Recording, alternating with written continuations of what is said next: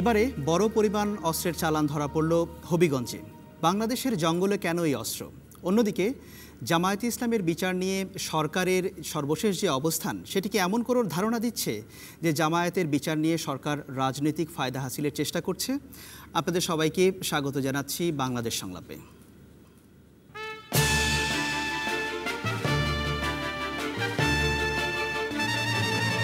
আজ প্যানেলে আছেন আওয়ামী লীগের কৃষি ও সমবায় বিষয়ক সম্পাদক এবং সাবেক মন্ত্রী ডক্টর আব্দুর রাজ্জাক, বিএনপি চেয়ারপারসনের উপদেষ্টা এবং টাঙ্গাইল জেলা বিএনপি সভাপতি আহমেদ আজম খান, পেশাজীবী সমন্বয় পরিষদের মহাসচিব এবং বঙ্গবন্ধু শেখ মুজিব মেডিকেল বিশ্ববিদ্যালয়ের অধ্যাপক কামরুল হাসান খান এবং বেসরকারি সংস্থা উবিনিগের নির্বাহী পরিচালক ফরিদা আক্তার।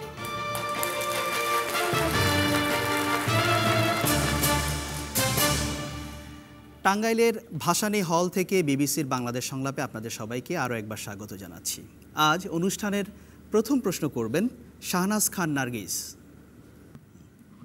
হবিগঞ্জের সাতছড়ির সংরক্ষিত বন থেকে অস্ত্র উদ্ধারের ঘটনার সঙ্গে 2004 সালের 10 ট্রাক সমপরিমাণ অস্ত্র আটকের সেই ঘটনার কি কোনো সামঞ্জস্য রয়েছে?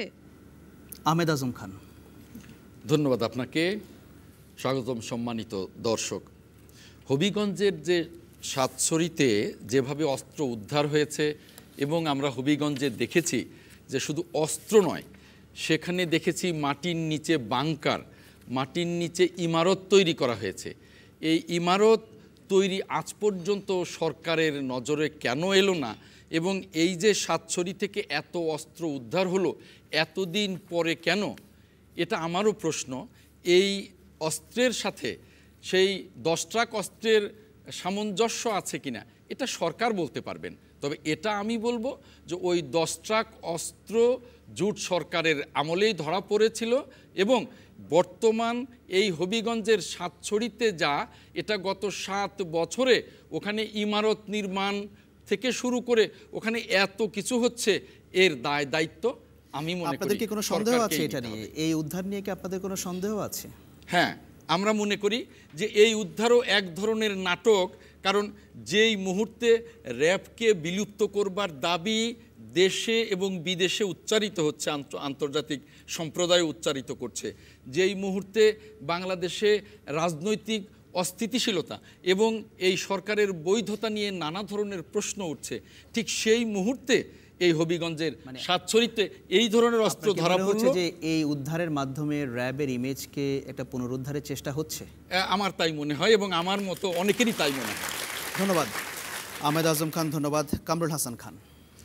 জি, আমি যেটা মনে করি যে পত্রপত্রিকায় যে তথ্যগুলো আমরা পেয়েছি তাতে দেখা যাচ্ছে যে বিএনপি জামাত সরকারের আমলে বগুড়া কাহালুতে যে একটা অস্ত্র পাওয়া গিয়েছিল, এই অস্ত্রগুলো তার সাথে একটা সামঞ্জস্য রয়েছে। এবং ওখানে যে একজন পিয়ন ছিল ওই হবিগঞ্জের সাতছড়ির এলাকার, ওখানে আত্মীয়তার একটা সূত্র পাওয়া গেছে, সেটা আমরা পত্রপত্রিকায় দেখেছি। আরেকটি বিষয় হলো যে তৎকালীন পশ্চিমবঙ্গের মুখ্যমন্ত্রী বুদ্ধদেব বসু একটা কথা বলেছিল যে আমি নিশ্চিত, বুদ্ধদেব ভট্টাচার্য, আমি নিশ্চিত বাংলাদেশে 100টি ট্রেনিং সেন্টার আছে যারা মানে পশ্চিমবঙ্গ থেকে বা ভারত থেকে তারা বিচ্ছিন্নতাবাদী আন্দোলনের সাথে যুক্ত। সেই হিসাবে আরেকটি এই অস্ত্রের সাথে কিন্তু আমরা দেখেছি ত্রিপুরা সেপারেটিস্ট যে গ্রুপটা রয়েছে তাদের কিন্তু ডকুমেন্ট দেখানো হয়েছে টেলিভিশন মিডিয়াতে। সেখানে আমরা মনে করি যে সেই সময়ে যারা এই সমস্ত অস্ত্রগুলো জোগাড় করেছিল, এবং বর্তমান যে মহাজোট সরকার ক্ষমতা আসার পরে কিন্তু আমরা সেই সমস্ত ট্রেনিং সেন্টারগুলো আর দেখি নাই। পরবর্তী সময় আমরা ধরে নিতে পারি। আজম খান বলছেন যে 7 বছর এই অস্ত্রগুলো সেখানে ছিল বা এটাকে তৈরি করা হয়েছে বাংকারের মাধ্যমে, তাহলে কিভাবে ছিল? না, এখানে তো বাংকার বানানো হয়েছে এবং অস্ত্রগুলো যারা দেখেছি আমরা টেলিভিশন, আমরা পরিষ্কার দেখছি অনেক পুরনো অস্ত্র। সেখানে অস্ত্রের চেহারা দেখে মনে হয়েছে যে অনেক দিন ধরে এখানে রয়েছে। এখন ধরেন যে 7 বছর আগে পাইনি বলে এখন পেলে সেটাকে আমি সময়ের বিবেচনায় আমি কিছুই বলবো না, তা তো নয়। এখন তারা যেটা বলছে র্যাব, যে তারা তথ্য পেয়েছে এই সময়টাতে, এবং গভীর জঙ্গলে আমরা দেখেছি যে সাতছড়ির যে উদ্যানটি রয়েছে তার ভেতরে, অনেক ভেতরে সে অস্ত্রগুলি পাওয়া গেছে। এখন তথ্য পেয়েছে, অস্ত্র পাওয়া গেছে, এটাই ঘটনা। 7 বছর পরে পেলো কি না পেলো এটা কিন্তু বড় কিছু নয়। খান বলছেন যে ওনার একটা সন্দেহ যে র্যাবের ইমেজকে পুনরুদ্ধারের জন্য এটা করা হয়েছে কিনা, আপনার কি ধারণা? র্যাবের ইমেজ নিয়ে যে কথাগুলো হচ্ছে সেই বিষয়ে আমাদের সুস্পষ্ট অবস্থান রয়েছে যে র্যাবকে কিন্তু সবাই বলছে না যে র্যাব বিলুপ্তি করা হোক। আমরা বেশিরভাগ দেশের মানুষ আমরা র্যাবকে আমাদের একটা আস্থার জায়গায় রেখেছি। এখন ধরেন যে নারায়ণগঞ্জের ঘটনায় 3 জন অফিসার, সেদিকে যাচ্ছে না, এই অস্ত্র উদ্ধারের সঙ্গে র্যাবের ইমেজ পুনরুদ্ধারের কোনো সম্পর্ক না, আছে? আমি তা মনে করি না। কারণ সরকারের দায়িত্ব হচ্ছে এ ধরনের অবৈধ অস্ত্র উদ্ধার করা, এবং তার যে কোনো সূত্রেই তারা খবরটা পেয়েছে এবং তারা সে উদ্ধার করেছে। ধন্যবাদ আপনাকে মিস্টার খান। দেখি দর্শকরা কি মনে করেন বিষয়টিতে। শুরুতে একেবারে পেছনের সারিতে। বর্তমান প্রেক্ষাপটে চেয়ারপারসনের উপদেষ্টা অ্যাডভোকেট আহমেদ আজম খানও বলেছেন যে বর্তমান প্রেক্ষাপটে র্যাব বিলুপ্তির প্রয়োজনীয়তা আছে কিনা। আমি যারা আলোচক আছেন, বিশেষ করে কামরুল হাসান সাহেবের কাছে জানতে চাই যে র্যাবের যে গঠন করা হয়েছিল জঙ্গি দমন, মাদক এবং চিহ্নিত সন্ত্রাসী দমন করার জন্য, কিন্তু বর্তমানে বিরোধী রাজনৈতিক দলকে দমন করার জন্য আমার মনে হয় যে আপনি যেটা বলছেন এটা একটা ভিন্ন প্রসঙ্গ। আচ্ছা, ঠিক আছে, প্রসঙ্গটা আমি হয়েছে শুধু যে প্রশ্নটা করছি, হ্যাঁ, র্যাব বর্তমান প্রেক্ষাপটে র্যাব নিয়ে যেহেতু এত কথা উঠেছে, র্যাব বিলুপ্তির প্রয়োজনীয়তা আছে কিনা আমি এটা জানতে চাচ্ছি। ধন্যবাদ আপনাকে। কথা বলতে চেয়েছেন আপনি সামনের সারিতে। যেটা হবিগঞ্জে যে বিপুল পরিমাণের অস্ত্র উদ্ধার করা হয়েছে এবং যে গভীর একটা পরীক্ষা খনন করা হয়েছে, যেটা উদ্ধার করা হয়েছে, আবিষ্কার করা হয়েছে, এটা র্যাবের একটা সফলতা, এই জন্য আমরা ধন্যবাদ জানাই। বিষয়টা হলো যে উদ্ধার করা হয়েছে, এটাই হলো সবচেয়ে বড় কথা। আর যেটি উদ্ধার করা হয়েছে সেটি সেই 10 ট্রাক অস্ত্রের সাথে মিল আছে বলে অস্ত্র বিশেষজ্ঞরা ইতিমধ্যেই মন্তব্য করেছেন। অতএব র্যাব বিলুপ্ত, র্যাব দুই একটা খারাপ কাজ করতে পারে, তাই বলে একটা পুরো প্রতিষ্ঠানকে বাতিল করে দিতে হবে, এটা আমার মনে হয় দুজন দুই রকমের মতামত দিয়েছেন। মিস্টার এটা র্যাব তার দায়িত্ব পালন করেছে। কামরুল হাসান খান বলছেন যে র্যাবের ইমেজ পুনরুদ্ধারের সঙ্গে এটার কোনো সম্পর্ক নেই। আহমেদ আজম খান বলছেন যে এটা সম্পর্ক আছে, থাকতে পারে। আপনার কি ধারণা? আসলে কোনো সম্পর্ক নেই, র্যাব তার নিজের দায়িত্বে তারা খোঁজ পেয়েছে, সেটা উদ্ধার করেছে। ধন্যবাদ আপনাকে। এর জন্য তো তাদের ইমেজের কোনো। আচ্ছা, ধন্যবাদ। আমি আপনাদের কাছে আবারও আসবো। ফরিদা আক্তার। আচ্ছা, না, আমার কাছে মনে হয় যে প্রথমত ঘটনাটা বের করার যে সময়টা সেটা খুব গুরুত্বপূর্ণ। মানে সময়টার কারণে এই প্রশ্নটা উঠছে যে র্যাবের ইমেজ যখন নাকি শীতলক্ষায় লাশ ফেলে দিচ্ছে, সে সময় হবিগঞ্জে অস্ত্র উদ্ধার করছে, এটা একটা প্রশ্ন থেকে যায়। তবে আমার মনে হয় যে র্যাবের ওইটার পাশাপাশি মোদি সরকারকে একটু সন্তুষ্ট করা বা দৃষ্টি আকর্ষণ করার একটা ইচ্ছা সরকারের, সেটাই প্রধান কারণ। আচ্ছা, দেখি আবার দর্শকরা কি ভাবেন। মাঝখানে আপনি হাত তুলেছেন। বঙ্গবীর কাদের সিদ্দিকী নয়াদিগন্তে আজকে লিখেছেন, পিতাকে পুত্র, যে র্যাবের ইমেজ রক্ষা করা এবং নারায়ণগঞ্জের বিষয়টাকে ধামাচাপা দিতেই এই নাটক। এটার সাথে আমি একমত। এবং সাথে সাথে প্রশ্ন সেটা হলো যেই 23 জন র্যাবের অফিসার জড়িত, তাদের মধ্যে 20 জন সেনাবাহিনীর। 6 বছর ধন্যবাদ আগের আপনাকে, মেসেজই কি সেনাবাহিনীকে এখানে জড়ানো? অনেক ধন্যবাদ আপনাকে। একেবারে পেছনের সারিতে, একদম পেছনের সারিতে। ধন্যবাদ। আমি বলতে চাচ্ছি যে যে অস্ত্রগুলি পাওয়া গিয়েছে সেটা অবশ্যই প্রশংসার যোগ্য, কিন্তু সেই সাথে কি আমাদের বাংলাদেশের আইন শৃঙ্খলা যে কতটা ভঙ্গুর, যে এত অস্ত্র বাংলাদেশে একদিনে 1 সেকেন্ডে একটা দল তো রাখেনি, তাহলে আমরা সারা বিশ্বের কাছে কি নিজেদের শক্তি সম্পর্কে মানে কতটা ভঙ্গুর আমাদের নিরাপত্তা সেটা প্রমাণ করিনি? সেটা আমার মাননীয় এমপি মহোদয়ের কাছে প্রশ্ন। আরেকটি বিষয় আমার কাছে মনে হয়, সারা বাংলাদেশ, নারায়ণগঞ্জ সহ সারা বাংলাদেশে যে আইন শৃঙ্খলার পরিস্থিতির যে অবনতি, সেই জায়গা থেকে সাধারণ বাঙালিদেরকে, যাদেরকে আমাদের সরকার ছাগল মনে করে, তাদের দৃষ্টিভঙ্গি অন্যদিকে ফেরাবার জন্যই এই নাটক বলে আমার মনে হয়। ধন্যবাদ, অনেক ধন্যবাদ ডক্টর রাজ্জাক। অনেকগুলো পয়েন্ট এসেছে। এটা কি আইন শৃঙ্খলার চরম অবনতি উনি যেটা বলছিলেন এটাই প্রমাণ করে কি? আমি বিবিসিকে আন্তরিকভাবে টাঙ্গাইলবাসীর পক্ষ থেকে ধন্যবাদ জানাচ্ছি ঐতিহ্যবাহী টাঙ্গাইলে বিবিসির এই সংলাপটি অনুষ্ঠান করার জন্য। আমরা টাঙ্গাইলের মানুষ গর্বিত। এই টাঙ্গাইলে মৌলানা ভাসানী জানি। আমি টাঙ্গাইলবাসী থেকে বিবিসিকে একটু আমি কৃতজ্ঞতা জানাতে যাচ্ছি। মান্নান সাহেব, যিনি স্বাধীনতা যুদ্ধের সময় নেতৃত্ব দিয়েছিলেন, এদের সকলের আত্মার প্রতি, ইব্রাহিম খান সাহেব, সকলের আত্মার প্রতি আমি এই সুযোগে গভীর শ্রদ্ধা নিবেদন করছি। যে প্রশ্নটি এসেছে, প্রশ্নটা কিন্তু অনেক বড়। আমাকে যদি সংক্ষেপে উত্তর দিতে বলেন আমার জন্য খুবই কঠিন হবে। আপনাদেরকে একটু পিছনে যেতে হবে। এটা 1975 সালে 15ই আগস্ট জাতির জনক বঙ্গবন্ধু তার সপরিবারে হত্যা করা হয়। তারপর থেকেই যারা স্বাধীনতা বিরোধী শক্তি, যারা মুক্তিযুদ্ধের চেতনা, স্বাধীনতাকে নস্যাৎ করতে চায়, তারা সুপরিকল্পিতভাবে ভারতের উত্তর পূর্ব অঞ্চলে, মেঘালয় এবং ওই অঞ্চলগুলোতে বিচ্ছিন্নতাবাদী যাদের আছে তাদেরকে ভারতের আইন শৃঙ্খলা পরিস্থিতি, ভারতের মধ্যে ইনস্টেবিলিটি সৃষ্টি করার জন্য সেখানে আইএসআইয়ের মাধ্যমে অস্ত্র দেওয়া হতো। এবং এখানে আমার বলতে দ্বিধা নাই, আমাদের সরকার প্রত্যক্ষভাবে তখনকার সরকারগুলো এটার সাথে জড়িত ছিল। সেটা জানি ডক্টর রাজাক, এখানে আমার সেটা জানি। হ্যাঁ, এখানে এবং দুটো এই প্রশ্ন যে অস্ত্রগুলো তখন থেকে শুরু হয়েছে, ধারাবাহিকভাবে এটা আনা হয়েছে। ডক্টর রাজাক, এবং দুটো প্রশ্ন আমি আপনাকে জানি করি। হ্যাঁ, আমি আপনাকে প্রশ্ন করে আপনি উত্তর দিতে সুবিধা হবে। প্রমাণ আছে যে ডক্টর রাজাক, বলেন। জি, হ্যাঁ, দুটো বিষয় এসেছে। এক নম্বর, ফরিদা আক্তার বলেছেন যে মোদী সরকারকে খুশি করার জন্য এরকম একটা ওনার ভাষায় নাটক তৈরি করা হয়েছে কিনা, এখানেও কেউ কেউ বলেছেন, সেটা একটা বিষয়। আর দ্বিতীয় কথা হচ্ছে র্যাবের ইমেজকে পুনরুদ্ধারের সঙ্গে এই অস্ত্রের কোনো সম্পর্ক আছে কিনা? আপনি যদি সরাসরি বলেন। সরাসরি আমি এটুকুই বলতে চাই, ভারত আমাদের একটা প্রতিবেশী দেশ।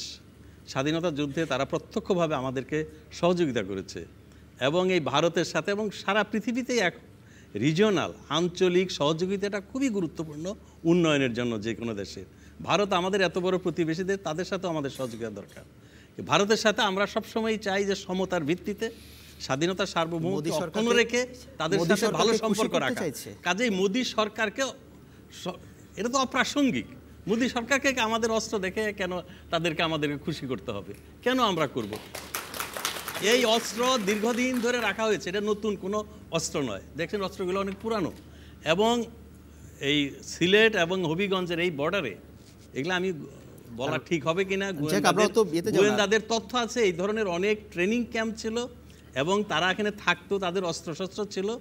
এই আওয়ামী লীগ সরকার 96 থেকে 2001 সালে ক্ষমতা এসে আবার এবার ক্ষমতা এসে এই সমস্ত ক্যাম্পগুলো ভেঙে দিয়েছে এবং এই যে ভারতের বিচ্ছিন্নতাবাদীদেরকে যারা সহযোগিতা করত এখানে থেকে, বিশেষ করে পার্বত্য চট্টগ্রামের শান্তি চুক্তি হওয়ার পর থেকে বাংলাদেশ সরকারের নৈতিক দায়িত্ব হয়েছে ভারতকে সংক্ষেপে যদি বলেন যে র্যাবের ইমেজ পুনরুদ্ধারের সঙ্গে, আমি মনে করি র্যাবের ইমেজের সাথে এটা সামান্যতম কোনো সম্পর্ক নাই। একটা বিচ্ছিন্ন ঘটনা, এটা নারায়ণগঞ্জের ঘটনা, এত বড় র্যাব এবং তার সাথে সেনাবাহিনী, নৌবাহিনী, বিমান বাহিনীর লোকরা জড়িত। 2-3 অফিসার আর কিছু লোক করেই র্যাব একদম দেশের ম্লান করে দিয়েছে, এটা সঠিক না। ধন্যবাদ আপনাকে। আমি মনে করি এটা মোটেই বলতে চাই এবং র্যাবের ইমেজ এই দিয়ে বৃদ্ধি করা যাবে। খুব সংক্ষেপে আমি খুব সংক্ষেপে বলতে চাই, শ্রদ্ধেয় রাজ্জাক ভাই টাঙ্গাইলকে উপস্থাপন করতে গিয়েছিলেন, তখন আমি খুশি হয়েছিলাম।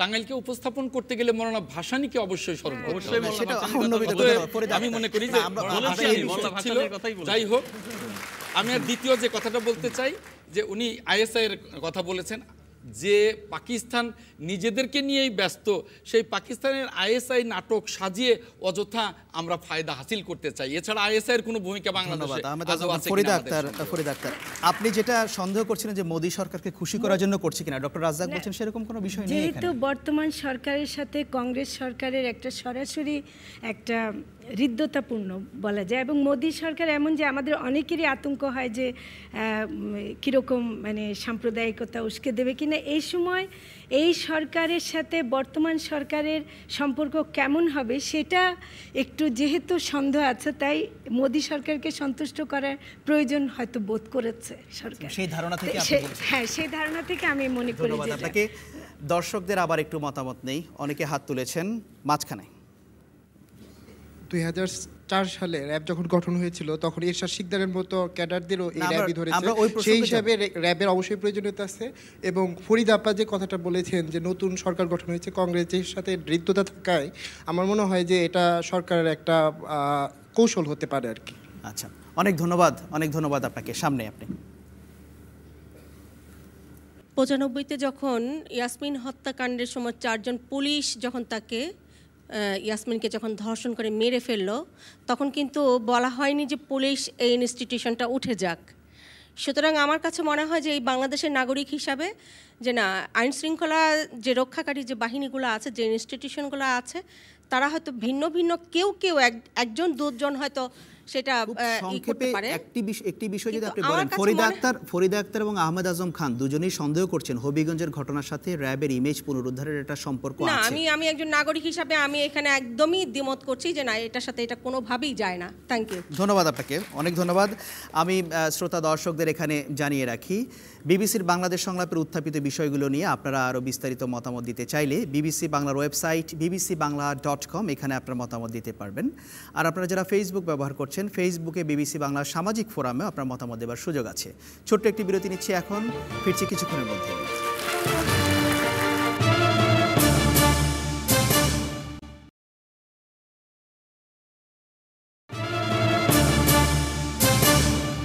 সবাইকে আরও একবার স্বাগত জানাচ্ছি বিবিসির বাংলাদেশ সংলাপে। বিরতির পর আমরা ফিরে এলাম। আমাদের সাথে থাকার জন্য অনেক ধন্যবাদ আপনাদের। পরের প্রশ্নে যাচ্ছি। পরের প্রশ্ন করবেন মোহাম্মদ মনির উদ্দিন।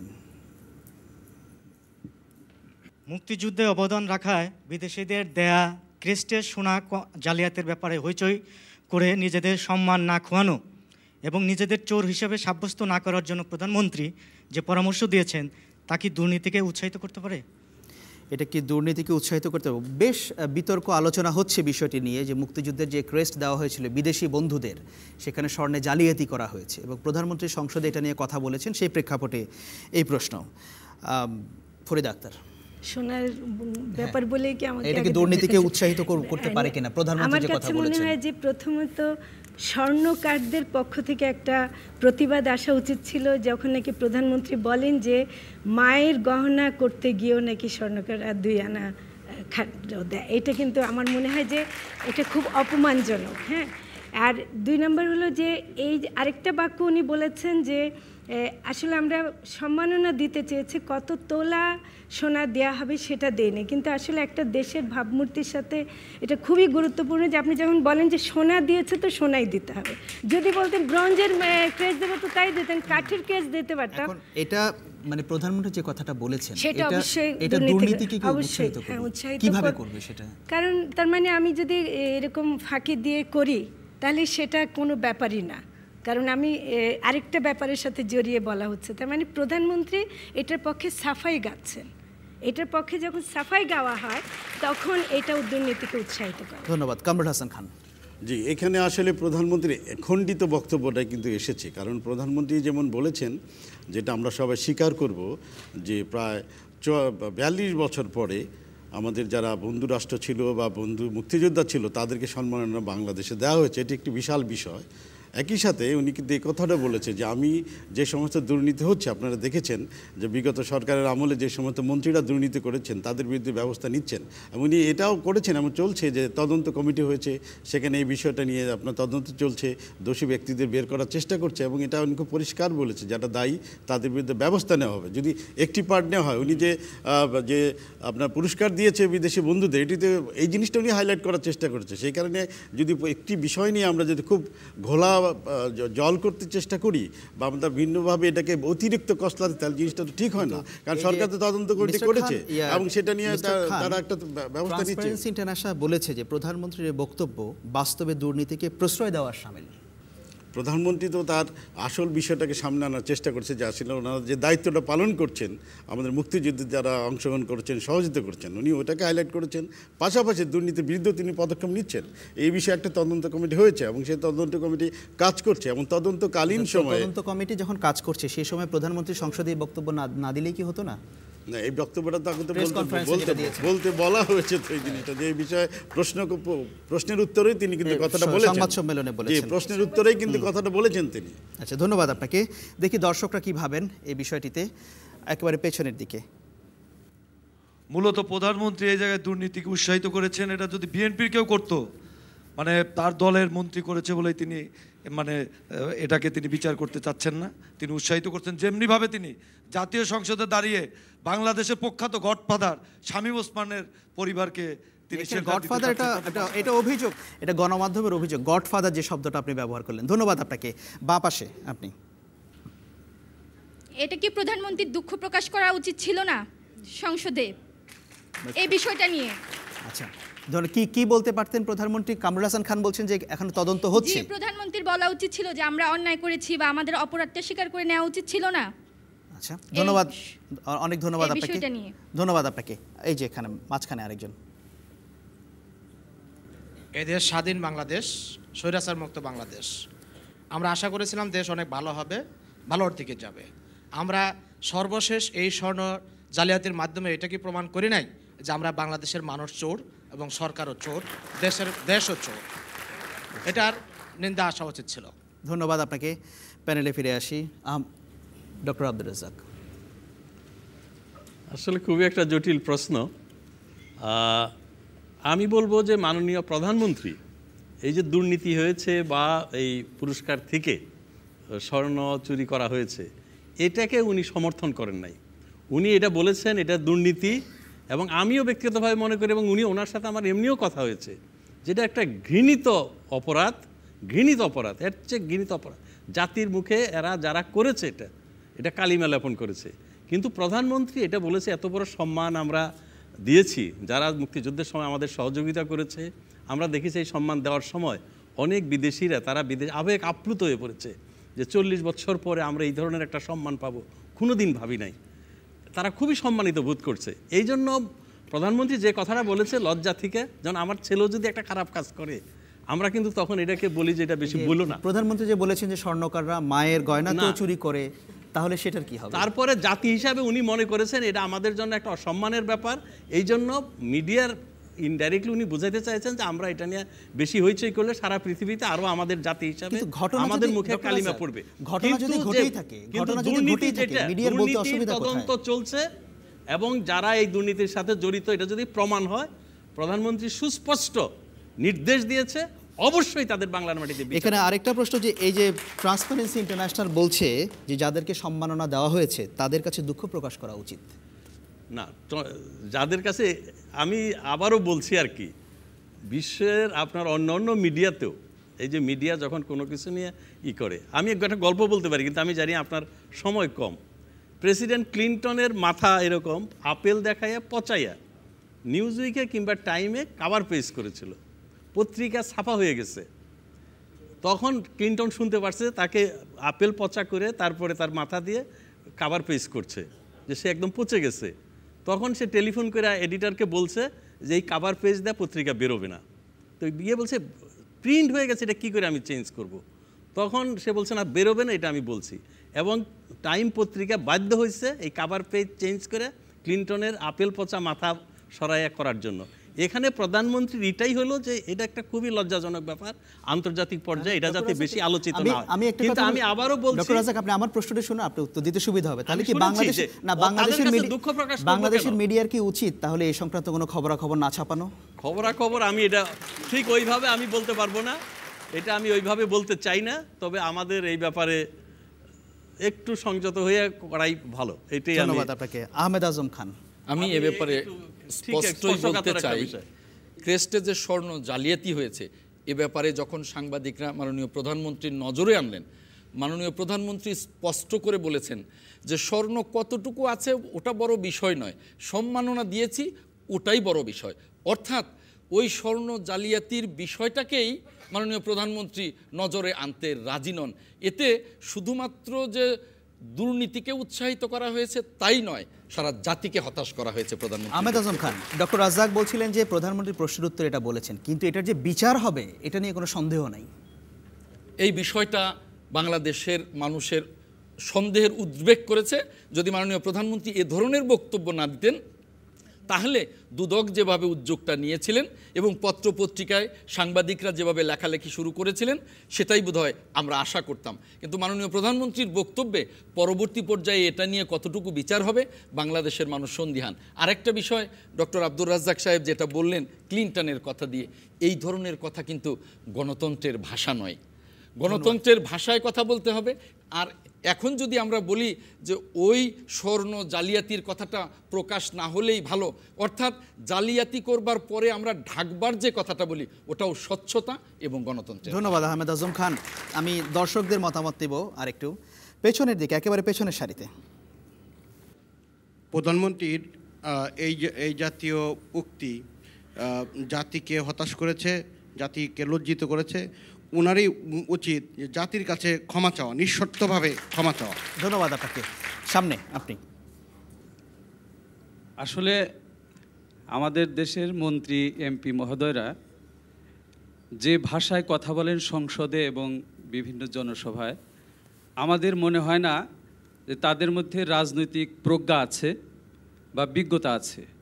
তারা অনেক সময় কটু কথা বলে থাকেন, শিষ্টাচার বহির্ভূত কথাও বলে থাকেন, অর্থাৎ তারা কথাগুলো ভেবে চিনতে বলেন না, আমি বলেন না। একটি জিনিস আপনাকে জিজ্ঞেস করি, ডক্টর রাজ্জাক বলছেন যে স্বর্ণ জালিয়াতি নিয়ে যেটা হয়েছে এটা খুব বেশি মিডিয়াতে না আসাই ভালো আর কি, সেরকম একটা খুব সেন্সিটিভ ব্যাপার। আপনার কি মনে হয়? বিভিন্ন বিষয়ে যে নেতা নেত্রীদের নিয়ে এই দল ও দলের কর্মসূচি নিয়ে কথা হয়, তো আমি ওই বিষয়টাতে বলতে চাচ্ছি যে প্রধানমন্ত্রী যে সাংবাদিকদের প্রশ্নের জবাবে যে কথাটি বলেছেন, তাতে করে পরোক্ষভাবে মানুষ উৎসাহিতই হবে যে এটি একটি স্বাভাবিক ঘটনা। ধন্যবাদ আপনাকে। আমি পেছনের দিকে মাঝখানে একদম, আপনি আরেকজন মহিলা যিনি হাত তুলেছেন।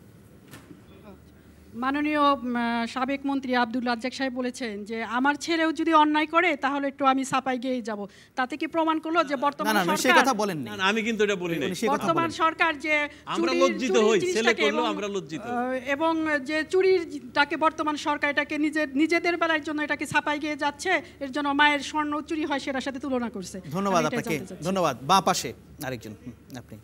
আমি একটু ক্লিয়ার করি, আমি কিন্তু এটা বলি নাই যে এরকম, আমরা বলি যে আমার ছেলে অন্যায় করলো আমরা লজ্জা পাই, সেটাই আমি বলছি। এটা লজ্জার ব্যাপার যে এত বড় একটা দুর্নীতি হয়েছে। ধন্যবাদ আপনাকে। দেখি আরেকজন দর্শক দাঁড়িয়েছেন, ওনার মতামত হলো আমরা যে চোরকে দেখে এখন সংযত হয়ে কথা বলি, কথা না বলতে বলতে কথা বলার অভ্যাসই আমাদের ভুলে গেছি আমরা। তো চোরকে দেখে যে সংযত হয়ে কথা বলি, চোররা কি আবার কয়েকদিন পরে ডাকাতি করা শুরু করবে না? ধন্যবাদ, অনেক ধন্যবাদ আপনাকে। আমি শ্রোতা দর্শকদের এখানে জানিয়ে রাখি, বিবিসির বাংলাদেশ সংলাপের আগামী অনুষ্ঠানগুলোতে আপনারা অংশ নিতে চাইলে আপনি টেলিফোন অথবা SMS করতে পারেন 01-752-777-222 এই নম্বরটিতে। এছাড়া আপনি ইমেলও করতে পারেন এই অনুষ্ঠানে অংশগ্রহণের জন্য। ইমেল করার ঠিকানা সংলাপ@bbc.co.uk। আরেকটি বিরতি নিচ্ছি, ফিরছি কিছুক্ষণের মধ্যেই।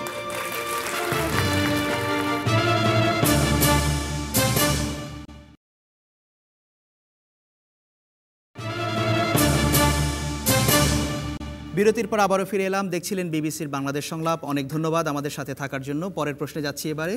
পরের প্রশ্ন করবেন শিশির দাস। জামায়াত নিষিদ্ধকরণ ও যুদ্ধাপরাধীর বিচার নির্বাচনের আগে বড় ইস্যু হিসাবে দেখানো হলেও নির্বাচনের পরে 5 জনের নির্বাচনের পরে এই বিষয়ে সরকার কি আন্তরিকভাবে এগোচ্ছে? আপনার কি এটা নিয়ে কোনো সন্দেহ হচ্ছে? হ্যাঁ, আমার সন্দেহ হচ্ছে, কারণ এই বিষয়টা অনেক ধীর গতিতে চলে গেছে এবং গণজাগরণ মঞ্চকে রাস্তা দাঁড়াতে দেওয়া হচ্ছে না। সাথে সাথে জামাত চুপ হয়ে আছে, সরকার সময় নিচ্ছে এবং জামাতকে রাজনৈতিক গুট হিসেবে নিয়ে বা ভোট হিসেবে নিয়ে আমাদের সরকার এগোচ্ছে কিনা। ধন্যবাদ আপনাকে। ডক্টর আব্দুর রাজ্জাক, আপনার কাছে আসি। জামায়াত নিষিদ্ধকরণের ব্যাপারে একসময় আপনিও অনেক কথা বলেছেন, এখন উনি অভিযোগ করছেন যে সরকার কি বিষয়টিকে আন্তরিকভাবে এগোচ্ছে কিনা তার একটা সন্দেহ তৈরি হয়েছে। না, এটা নিয়ে সন্দেহের কোনো কারণ নাই। বর্তমান সরকার, আওয়ামী লীগ সরকার, জন্মলগ্ন থেকেই আওয়ামী লীগ ধর্মনিরপেক্ষতার কথা বলেছে, অসাম্প্রদায়িকতা বলছে। আওয়ামী লীগের আদর্শগুলো দীর্ঘ আওয়ামী লীগের 65 বৎসরের প্রতিষ্ঠা লগ্ন থেকে কোনোদিন এই ধর্মনিরপেক্ষতা এবং অসাম্প্রদায়িকতার সাথে আপোষ করেনি। কাজে এটা আপোষ করার কোনো সুযোগ নাই। কৌশলভাবে আইনগত একটু জটিলতার সৃষ্টি হয়েছে, আমি অতীতেও বলেছি, এটা কৌশলগত ব্যাপার, আইনের ব্যাপার। কাজে এই আইনের বিষয়টি পরিষ্কার হয়ে গেলে আইনমন্ত্রী যেটা বলেছে, অবশ্যই জামাতকে আমরা চাইব যে জামাত না, ধর্মভিত্তিক, ধর্মকে নিয়ে যারা ব্যবসা করে, রাজনীতি করে, ধর্মের মানুষের এটা স্পর্শকাতর বিষয়, অনেক মানুষের বিশ্বাস, এটিকে পুঁজি করে যারা রাজনীতি করে তাদের রাজনীতি করার অধিকার নাই। উনি সন্দেহ করছেন যে জামায়াতের সঙ্গে সরকারের কোনো আন্ডারস্ট্যান্ডিং হচ্ছে কিনা। জামাতের সাথে যারা আমাদের জীবন নাশের জন্য চেষ্টা করে, আপনারা দেখেছেন সাতক্ষীরাতে আওয়ামী লীগের, যুবলীগের একজন নেতাকে কিভাবে হত্যা করেছে। সারা দেশে আমাদের শত শত কর্মীকে তারা হত্যা করেছে। মুক্তিযুদ্ধের সময়, স্বাধীনতা যুদ্ধের সময় এই জামাত, রাজাকার, আলবদররা মিলে পাক বাহিনীর সাথে মিলে সবাই জানে। কাজেই তাদের সাথে আমাদের আপোষ করার কোনো সুযোগই নাই। আমরা শেষ দিন পর্যন্ত তাদের সাথে আমরা লড়াই সংগ্রাম করছি এবং করে যাব। ধন্যবাদ আপনাকে। আহমেদ আজম খান, আমরা দেখছি যে 5 জানুয়ারির নির্বাচনের আগে যেভাবে জামায়াত নেতাদের বিচার শুরু হয়েছিল, আমরা বলেছিলাম যে আমরাও বিচার চাই, কিন্তু সে বিচার হতে হবে নিরপেক্ষ, এভাবে তড়িঘড়ি করে নয়। কিন্তু তড়িঘড়ি করে বিচার করে এবং বিচারের ঠিক মাঝখানে গণজাগরণ মঞ্চ দাঁড় করিয়ে এবং তাদের কথা শুনে আবার সরকারও অ্যাপিলেট ডিভিশনে যেতে পারবে এই আইন তড়িঘড়ি করে পাশ করে তাদেরকে কাদের মোল্লাকে ফাঁসি দিয়ে এবং সেই ফাঁসি এক্সিকিউট করে এখন নির্বাচনের পরে আইনমন্ত্রী আবার নতুন কথা বলতে শুরু করেছেন যে আইনি জটিলতার কারণে এ বিচার কিছুটা হলেও পিছিয়ে দিতে হবে, আইনি জটিলতা না শেষ হলে এটা করা যাবে না, যেটা ডক্টর আব্দুর রাজ্জাকও বললেন। অতএব আমরা মনে করি তখনও এই বিচারটি এবং এই গণজাগরণ মঞ্চ দাঁড় করানো সরকারের স্ট্যান্ডবাজি ছিল, এখনও এই বিষয়ে এই আইনমন্ত্রীর মাধ্যমে সরকার নতুন করে আরেকটা স্ট্যান্ডবাজির আশ্রয় নিয়েছে। মনে হচ্ছে যে সরকারের সঙ্গে জামায়াত ইসলামের কোনো আন্ডারস্ট্যান্ডিং চলছে? সেটা এখনো বলা মুশকিল, তবে সরকার যে স্ট্যান্ডবাজির আশ্রয় নিচ্ছে, জামাত আপনাদেরই শরিক দল, হ্যাঁ আমাদেরই শরিক দল। আপনার কি মনে হয়? না, এই ব্যাপারে আমি এখনো মন্তব্য করবার, দর্শক বলতে পারে, আমার এখনো মন্তব্য করবার সময় আসেনি। তবে সরকার যে নতুন খেলায় মেতে উঠেছে এটা তাদের এই বক্তব্যে প্রকাশ পায় এবং আইনমন্ত্রীর বক্তব্যে স্পষ্ট। আপনাদের দল কি ভাবে যে জামায়াত ইসলামীকে নিষিদ্ধ করা উচিত কি উচিত না, এই ব্যাপারে দ্রুত এটা আইনগত প্রক্রিয়াটা নিষ্পন্ন হওয়া উচিত? না, আমরা তো স্পষ্ট বলেছি যে জামায়াত নিবন্ধিত রাজনৈতিক দল, যতক্ষণ জামায়াত নিবন্ধিত রাজনৈতিক দল থাকবে ততক্ষণ আমাদের সাথে তারা জোটে থাকবে। একসময় আওয়ামী লীগের সাথেও ছিল। সিদ্ধান্তটা কি তাড়াতাড়ি হওয়া উচিত যে জামায়াতকে নিষিদ্ধ করা যাবে কি যাবে না আইনগত? যে আমার মনে হয় যে কোনো সিদ্ধান্তই তড়িঘড়ি করে না নিয়ে রাজনীতি করবার অধিকার সকলেরই আছে। আইনমন্ত্রী তো সে কথা বলছেন যে তড়িঘড়ির কিছু নাই, প্রধানমন্ত্রী বলেছেন অস্থিরতার কি আছে। আচ্ছা, এখন কিন্তু সেই কথাটা চলে এসছে, কিন্তু 5 জানুয়ারির নির্বাচনের আগে কিন্তু সেই কথাটা আওয়ামী লীগের মুখে ছিল না। তখন যত তড়িঘড়ি করে সিদ্ধান্ত নেওয়া যায়, কাদের মোল্লার ফাঁসিটা ওইভাবে হয়ে গেল এবং অন্যান্যদের ফাঁসি দেওয়ার জন্য যে তড়িঘড়ি অবস্থা, এখন কিন্তু সেটা নেই এবং সেই গণজাগরণ মঞ্চকে উঠিয়ে দেওয়া হয়েছে। ধন্যবাদ। এটাও সরকারের একটা অপকৌশল। দেখি দর্শকরা কি ভাবেন বিষয়টাতে, সামনের সারিতে আপনি। বিষয়টা হলো এরকম যে আইনমন্ত্রী যেটা বলেছে সেটা হলো জামাতকে নিয়ে, জামাত একটা রাজনৈতিক দল নিয়ে। কিন্তু আমরা যেটা বলতে চাই যে যুদ্ধবিদের বিচার, কাদের মোল্লার যুদ্ধবিধি প্রমাণ হয়েছে, তার ফাঁসি হয়েছে। আমরা নতুন প্রজন্ম এর বিচার হলে কলঙ্ক মুক্ত হব। আইনমন্ত্রী যেটা বলেছে সেটা জামাতকে দল নিয়ে, জামাত তো একটা দল হিসেবে আছে, কিন্তু আপনার কি মনে হচ্ছে যে সার্বিক প্রক্রিয়াটা একটু স্লো হয়ে গেছে? আমরা মনে করি যে যুদ্ধবিদের বিচার প্রক্রিয়া চলছে, কিন্তু জামাতকে নিয়ে যখন ধীরগতিতে হয়েছে চলছে তখন একটু ইলেকশনের আগে যেরকম ছিল এখন কি সেরকম হচ্ছে? একটু হলে চলে হয়েছে। আচ্ছা আচ্ছা, ধন্যবাদ আপনাকে। জি, পেছনের দিকে। বর্তমান অবস্থায় মনে হচ্ছে যে সরকার যুদ্ধাপরাধের বিচারের চেয়ে জামাত ইসলামীর নিবন্ধন রাখা যায় না বাতিল করা যায় এই দিকেই বেশি নজর দিচ্ছে, যেটা 5 জানুয়ারির নির্বাচনের আগে ছিল না। এটা তো আদালতে যাবে, আদালতই সিদ্ধান্ত দেবে। জি জি, 5 জানুয়ারির নির্বাচনের আগে গণজাগরণ মঞ্চ, সেক্টর কমান্ডার ফোরাম, স্বাধীনতা চিকিৎসক পরিষদ, আমাদের কামরুল ভাইয়ের মুক্তিযোদ্ধা সংসদ, তারপরে সম্মিলিত সাংস্কৃতিক ঐক্য জোট, বিভিন্ন সংগঠন যুদ্ধাপরাধীদের বিচারের জন্য যতটুকু সজাগ ছিল, এখন তারা স্থিমিত কেন? ধন্যবাদ।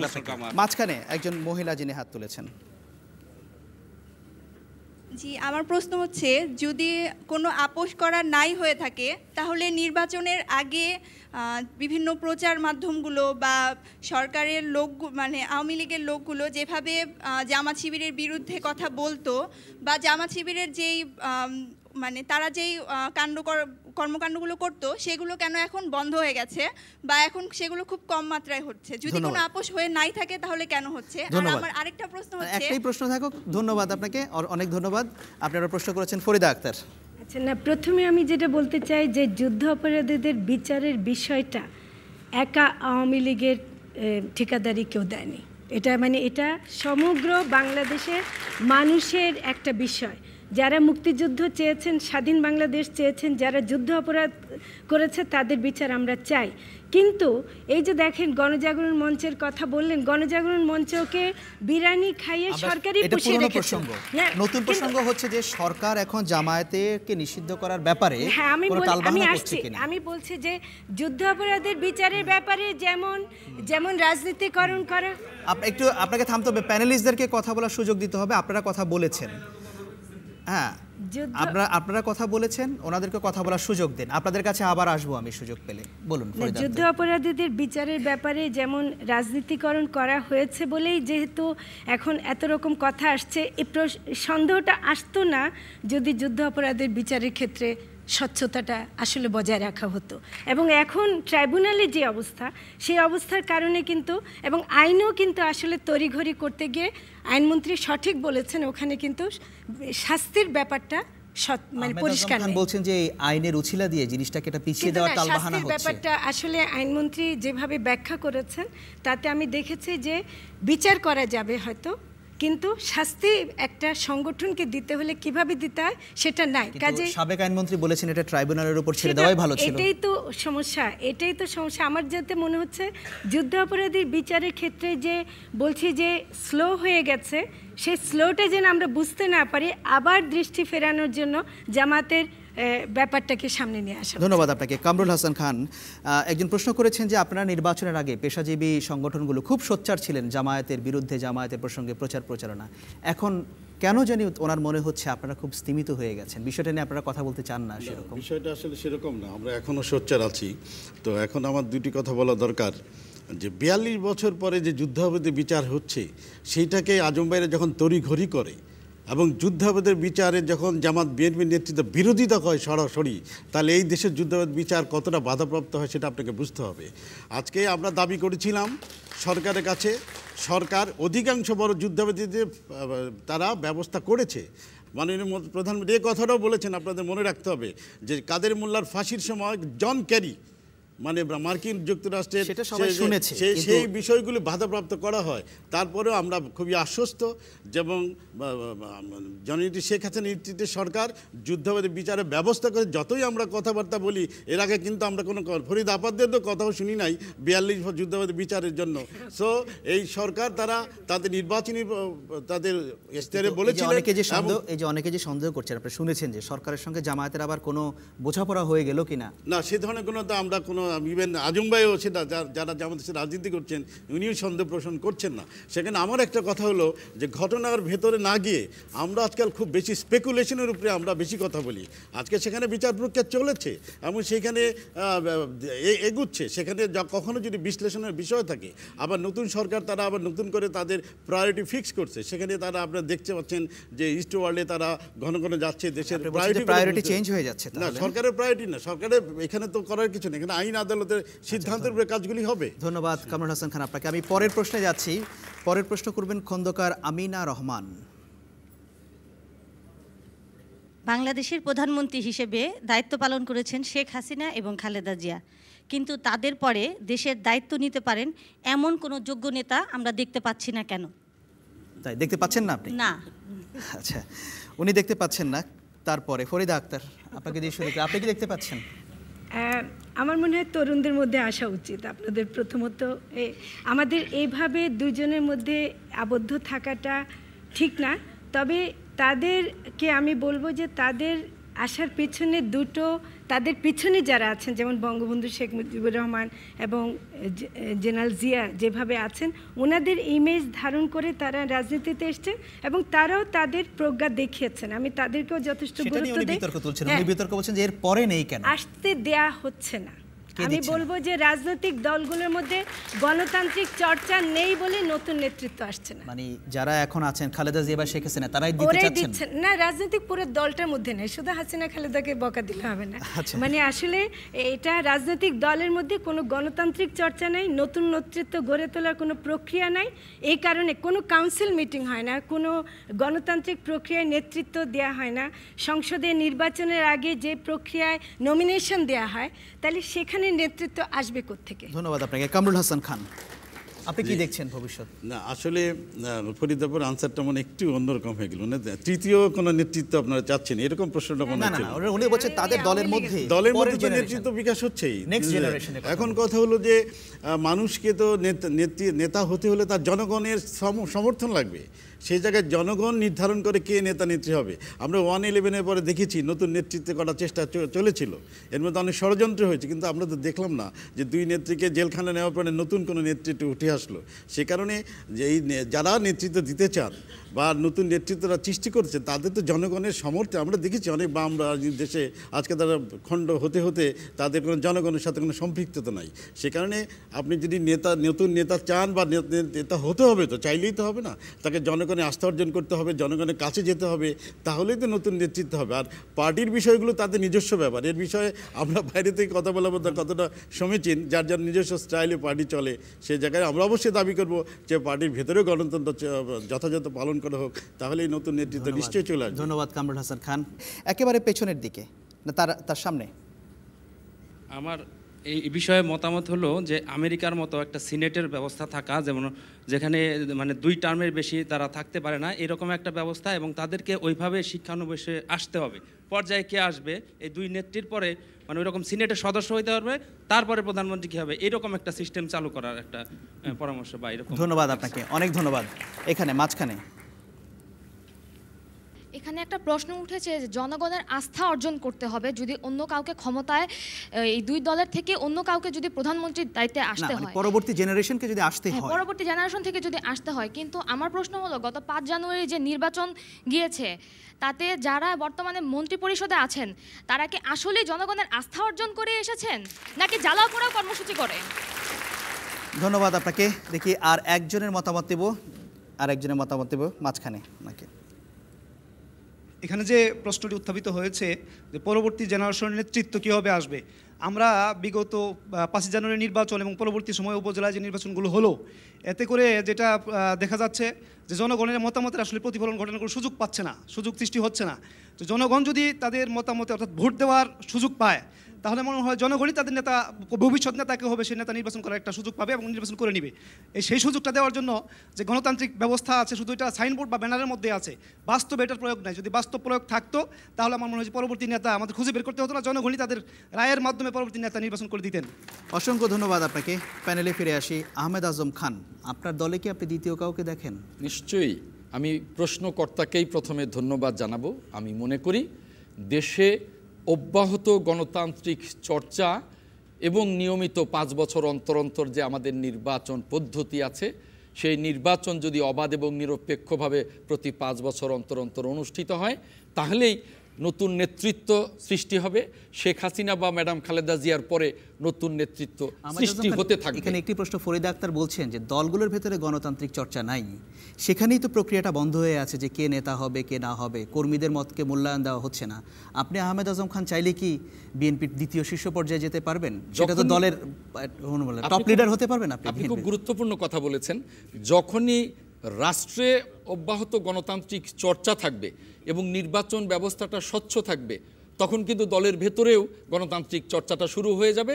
আপনি এই দীর্ঘ সময়ে 91-র পর থেকে দেখুন যে অনেক নতুন নেতা কিন্তু ইতিমধ্যে বেরিয়ে এসছে এবং তারা আস্তে আস্তে শীর্ষ পর্যায়ে যাওয়ার প্রক্রিয়ায় আছে। কিন্তু গত 7 বছর অনেকটা সময় যেখানে গণতান্ত্রিক চর্চা নেই, সেই 7টা বছরই আমরা বন্ধ্যাত্ব জীবন, রাজনৈতিক জীবন যাপন করছি। ধন্যবাদ আহমেদ আজম খান।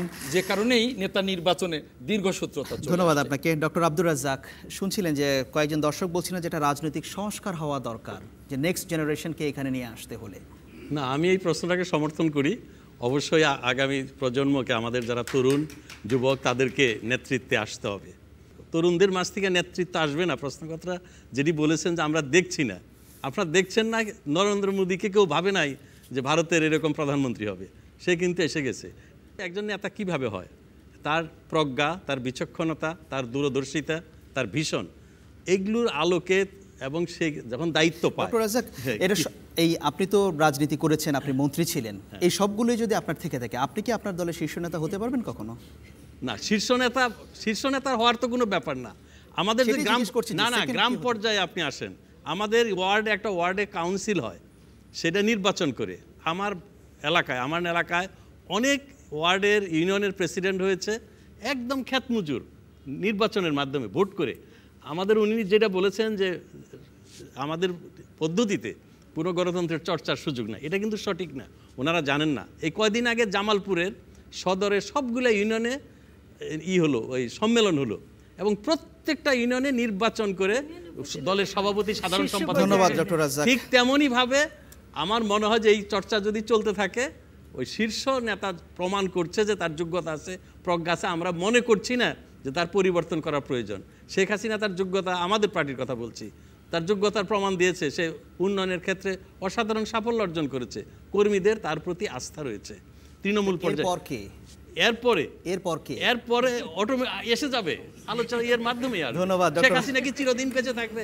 আপনারাই বলেন। ধন্যবাদ। নিশ্চয়ই আসবে আওয়ামী লীগের মতো দলের কেউ না কেউ নেতৃত্ব। ধন্যবাদ ডক্টর রাজ্জাক আপনাকে। ধন্যবাদ প্যানেলে বাকি সদস্যদেরকেও। দর্শক হিসেবে আপনারা যারা অংশগ্রহণ করেছেন আপনাদেরকেও ধন্যবাদ। আর এই অনুষ্ঠানে সার্বিক সহযোগিতা করার জন্য চ্যানেল আই এবং টাঙ্গাইল জেলা প্রশাসনকেও আন্তরিকভাবে ধন্যবাদ জানাচ্ছি। বিবিসির বাংলাদেশ সংলাপের আগামী অনুষ্ঠানটি হবে ঢাকায়। আশা করছি বরাবরের মতো সে অনুষ্ঠানটি আপনারা দেখবেন, সে আশা রেখে আজ এখানে বিদায় নিচ্ছি।